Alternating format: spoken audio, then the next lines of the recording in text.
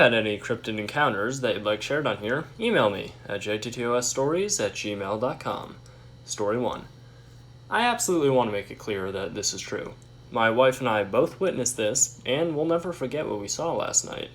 I'm a 43-year-old man, a former Marine with a lot of time at sea, and a former railroader. I've been to a lot of places that are just hard to get to for most folks.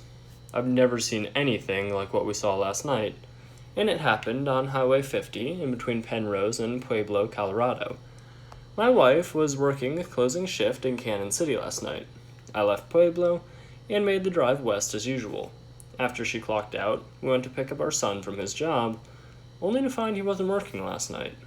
On the drive back from Cannon, you pass Penrose, and then there's a place that I've always called the Big Hole.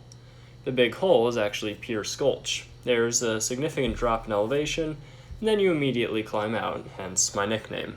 We were approaching Big Hole at about 12:40 a.m. something, traveling from north to south, crossing all four lanes, and the median of Highway 50 at an incredible rate of speed. We were the only vehicle out there at this time of night, and we nearly hit it. It was roughly 3 feet tall and had long brown hair everywhere. And again, this thing was moving fast. Faster than any animal I'd ever seen or even heard of. My wife was driving and had our son on speakerphone. She startled and looked at me and asked, "What on earth was that?" By this time, we were down in the bottom of the gulch and headed back uphill. We told our son what we saw and got off the call. We discussed it for a second and decided to go back and see if maybe it had gotten caught in the barbed wire fence or something. Maybe there was some trace of this thing. We were both amazed by how fast it was moving. By 12:45, we had traveled back to the west side of the gulch and turned around. There wasn't any traffic, so my wife just slowly rolled down the shoulder of the highway, and I had my window open and was shining a flashlight that I had in the car out in the field. There isn't much out there except, cactus and stuff. As we came up on the approximate area we saw this thing, I told my wife, "Hey look, do you see those eyes?" She said yes and stopped the car. 10 yards or so on the other side of the fence was a pair of very bright, very blue eyes.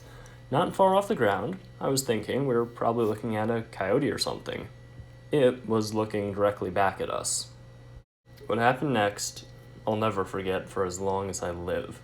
Whatever those eyes belonged to just stood up, like a man, like a 6.5 to 7 foot tall man. They were still looking at us. Whatever it was that flew across the road at like Mach 2, this was it. This was the hairy thing we saw. There was a moment of disbelief and shock. And then, as it registered that we found this thing and it wasn't just some animal, the fear kicked in. I told my wife, "Go, go, go, go, just go." It seemed like slow motion. She floored the gas, and the thing watched us leave. We already knew that this thing was incredibly fast, so she drove as fast as she could and out of the gulch, and I was looking out the back window and checking mirrors. My wife was afraid it might be following us. It wasn't, and I didn't want to make things worse by admitting that I was worried too. We drove very fast for several minutes. We talked, but it was like we were talking to ourselves, like, oh my gosh, what was that, and was it waiting for us? Soon the lights from Pueblo West were ahead, and we were back in civilization. Once we got into the city, we finally started to relax a little. We talked until we got home, and then checked the car for anything. We couldn't really go to sleep for hours. My wife got online and was searching for anything that matched the creature we saw. She found some stories, paranormal in nature, of other people witnessing a creature that sounded exactly like the one we had seen. She had to work the same shift tonight, so, out on our way to Cannon City, we're going to stop and go into the field where we saw the thing, see if there's any evidence, footprints or hair or something. Story 2. A few years back, I believe I encountered what I now think could have been a Bigfoot on my property in a very wooded area. I haven't really shared this story with very many people because most of my friends think that Bigfoot is nothing more than a myth. While I have great friends, they tend to poke fun at things they think are silly. I can completely understand and felt the same way until I came within 20 to 30 feet of a large, hairy, bipedal creature that fits the description of Bigfoot to a T. About 6 or 7 years ago, I was alone in the woods, working on a cabin I was building on my property. The area was heavily wooded. The area was mostly populated with pine oak trees and short leaf pine, with smaller leafy trees filling in the gaps, which is typical of the North Carolina foothills. It was midsummer, and it was very hot. If any of you are from North Carolina or have traveled here during the summer, you are well aware that our summers are hot with lots of humidity. It was midday, around 1 or 2 p.m. I was working alone on my cabin, filling the gaps between logs with a cob mixture that I was making on site. As I'm working on the cabin, I get the sudden sensation that I'm being watched. I remember I was waiting on my brother and a friend to meet me there to help finish placing the cob, thinking they were trying to be funny and sneak up on me. I continued to work as though I didn't notice them to see what they would do. As I'm facing the cabin, sitting on a plastic bucket, working away, I hear the sound of leaves crunching slightly to my left. As soon as I hear this, I stop what I'm doing and listen closer. It's not uncommon for deer to walk close by while I'm out there, and assuming that this is what I was hearing, I continue to hear small movements to my left for a few seconds, and it sounds as if it's slowly walking towards my location. As I'm sitting there listening, I turn my head to look in the direction of the leaves crunching, and as soon as I do, all movement stops. It's very hard to see with so much summer foliage, but there was a small cut lane that I used at one time to hunt deer with. I stood up from my bucket and continued looking at the area I heard the noises in. At the edge of the narrow lane, maybe 20 to 30 feet from me, I saw what looked to be a person covered head to toe in fur. The only part that was clearly visible was the shoulder and arm, which was very broad and long.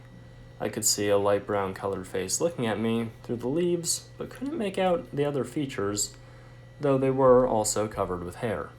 I stood there in silence, just looking at it peeking from behind the brush.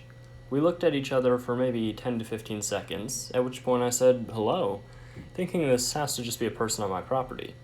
As soon as I spoke, it shifted its weight, turned with its right shoulder facing me, and began to calmly walk back in the direction it came. At this point, I was still dumbfounded and wondering as to why someone was on my property deep in the woods. I didn't have my sidearm on me at the time because I always felt relatively safe being not too far from my home. I started to walk towards it, and I began to get closer, and it began to start picking up speed. I began to run after it, thinking that someone was trespassing. I yelled, "Hey, stop!" At which point, I could hear it went into a full sprint. Me being an overweight guy, I gave up the chase pretty quickly, as it was a hot summer. Thinking back, it looked exactly like a person wearing a fur suit. Its color was light brown, similar to that of a golden retriever with fur that seemed long and shaggy. Its height wasn't much above my own, as I am 6'2". At best it seemed it was 6'5" or 6'6". I remember thinking, why in the world would someone be walking around in the woods with a fur coat on? Then it hit me like a ton of bricks. I thought to myself, there's no way that was an actual Bigfoot. I remember laughing a little to myself and feeling silly for thinking such a thing, but it fit the bill to a T. Why would anyone in their right mind wear a fur coat in someone's woods with it being 90 degrees out with high humidity? The interaction was very weird. It seemed to just be observing what I was doing and checking me out. Still to this day, I'm baffled by what I saw. I can't say I'm 100% convinced it was Bigfoot, but I clearly saw fur and could hear that it was running away using only 2 legs. We have black bear in our area, but they're rare. There are no species of brown bear in my area, that I'm aware of at least, so I ruled those out as being possibilities. Thought I'd share this story to see what other people thought of it.